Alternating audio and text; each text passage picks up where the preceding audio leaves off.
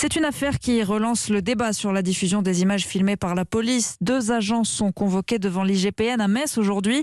Le procureur de Nancy a ouvert une enquête préliminaire à propos d'une vidéo largement médiatisée en août dernier.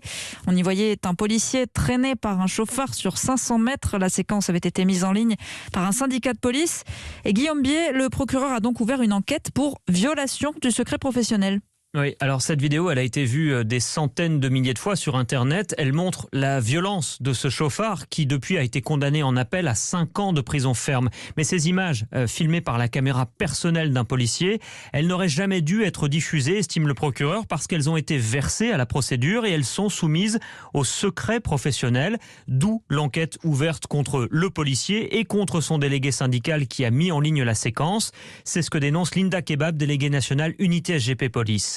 En fait, ce qui est choquant, c'est que c'est une caméra personnelle, que la diffusion de cette vidéo, elle est là juste pour alerter en fait sur les conditions de travail quotidiennes des policiers. De là à dire qu'en fait, on a voulu trahir l'enquête et nous museler la parole syndicale et nous empêcher en fait de démontrer le quotidien de notre fonction, alors qu'à longueur d'année, on nous dit le travail des policiers est difficile, on les soutient, les policiers victimes, nous sommes derrière eux. C'est franchement hypocrite. Et d'ailleurs, au-delà de cette affaire, la syndicaliste souligne aussi qu'à l'heure où les caméras piétons se généralisent pour les forces de l'ordre, eh bien les caméras personnelles, elles, restent interdites, tout comme la diffusion des images. Guillaume Bier, chef du service police-justice d'Europe